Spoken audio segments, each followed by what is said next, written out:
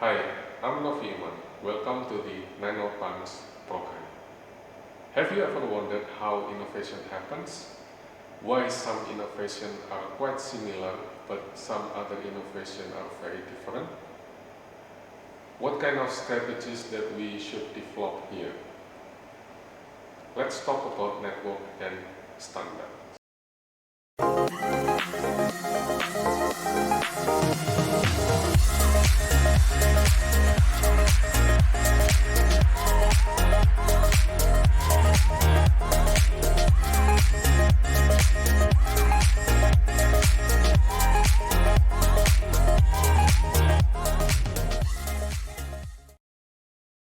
Let me introduce you with the notion of technology affordance model.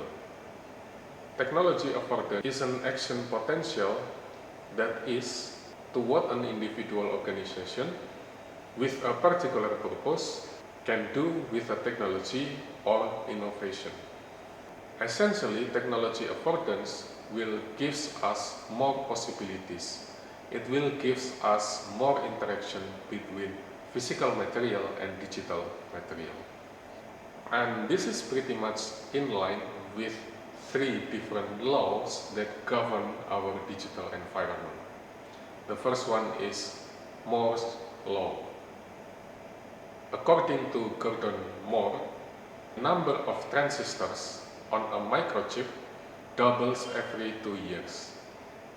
The second law is called Kryder's law. According to Mark Kryder, the increasing capacity of a magnetic hard drives will increase faster than Moore's law. According to him, within a decade and a half, a capacity of a hard disk had increased 1000-fold. And the third law is Metcalfe's law. According to Robert Metcalfe, the effect of a telecommunication network is proportional the square of the number of connected users in the network. For example, 2 telephones can be used to make 1 connection. 5 telephones can make 10 connections, but 12 telephones can make 66 connections. So by using technology affordance combined with 3 different laws that I mentioned before, it can be used to explain how the digital environment is moving very fast like we are experiencing today. But let's move on to the network and standards so that we can get deeper understanding of how innovation happens. So what is network externalities? Network externalities are the effects a product or a service has on a user while others are using the same or compatible products or services. We can have positive network externalities or negative network externalities. Positive network externalities happens if the benefits or the marginal utility are increasing as the number of users increase. On the other hand, negative network externalities happens if the increasing number of users will decrease the benefit or the marginal utility of the users. But how do we define the benefit or the value being experienced by the users? The value received by consumers can be divided into autarky value and synchronization value. Autarky value is the value that is being enjoyed by the users without having to connect to other users. But synchronization value is the value that the users will get only if they get connected with other users in the systems. So for example, if you have a telephone, it will have 0 autarky value if it is not connected to other telephone users, because you cannot use telephone for anything other than making a phone calls. On the other hand, if you have a computer, it will have an autarky value even though it is not being connected with other computers through wireless or connection or internet connections, because you can still use your computer to type some documents, to watch movies, or to listen to music and things like that. But computers as well as telephone will have a synchronization value, because if it is connected with other users, then the value of the telephone or the value of the computers will also increase. Why do we have to think about network externalities?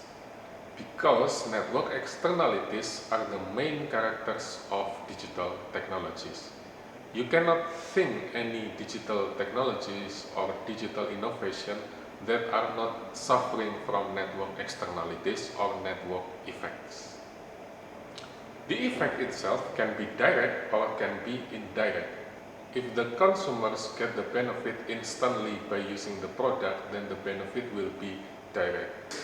But in some other cases, users will get indirect benefit from complementary products or complementary services. The notion of network externalities is very important here, because in certain countries, for example, if you have too high network externalities, then you can be considered breaching the antitrust law. On the other hand, you also have to think about your intellectual property. You want to grow your network, but on the other hand, you want to keep your resources, you want to keep your knowledge, you want to keep your intellectual property. But how will you increase your network if you keep everything by yourself? You have to share them, you have to give them to your users or even to your competitors. So balancing between what to give and what to keep is very important here.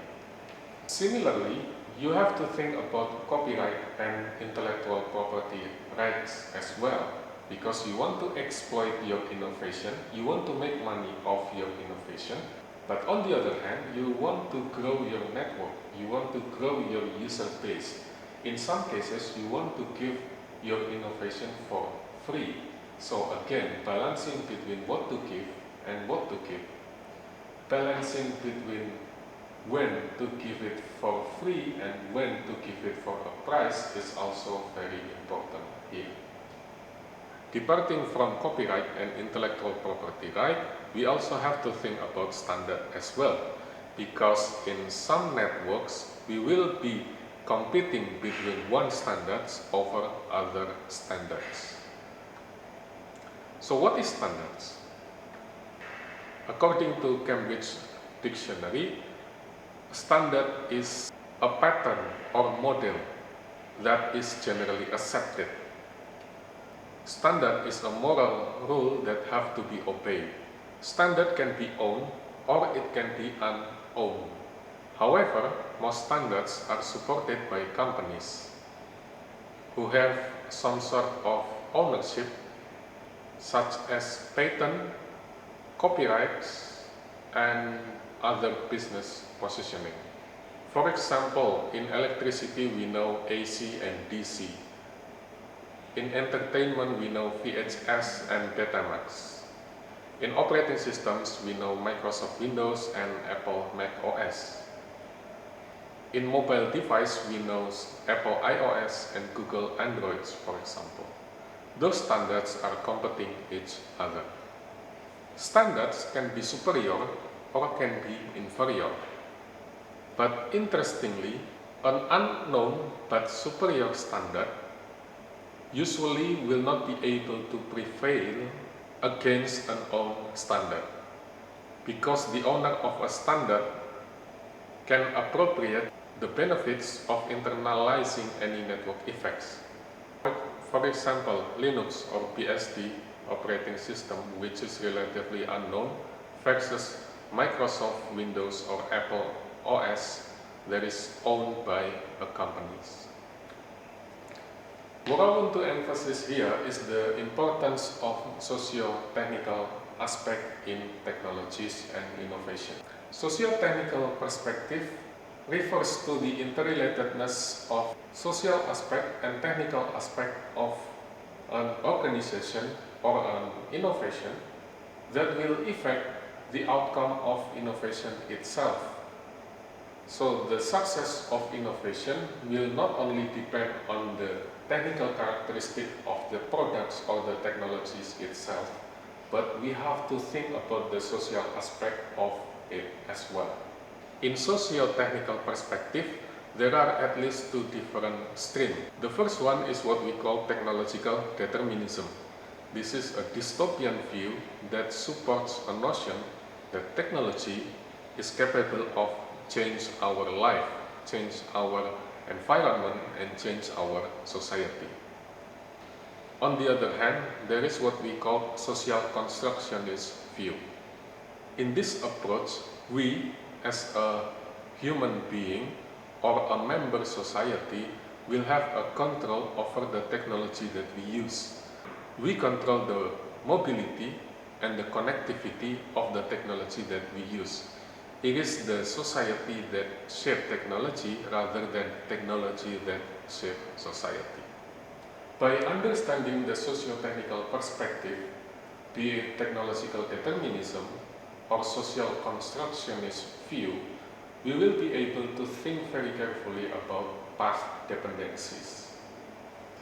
So, what is path dependencies? Path dependencies is the dependence of economic outcomes on the path of previous outcomes rather than simply on current conditions. In path dependencies, history matters. We cannot do something out of the blue. Instead, what we have today is part of different outcomes that happens previously.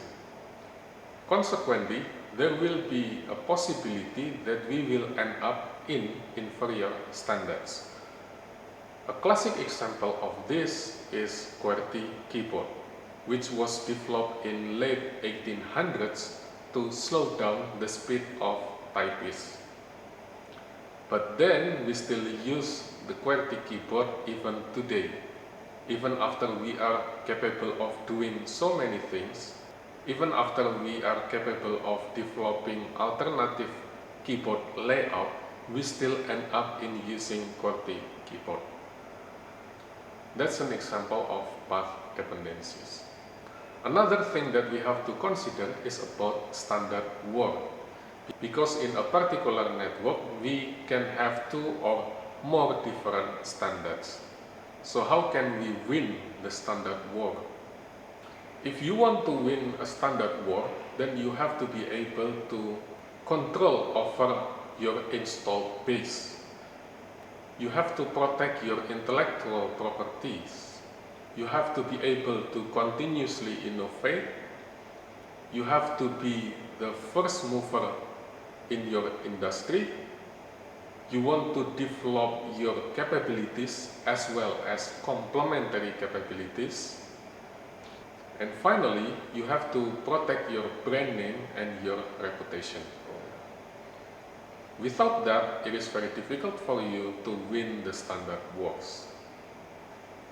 Understanding network externalities and understanding standard is very important here, because without understanding those two, it is very difficult for you to understand digital strategy.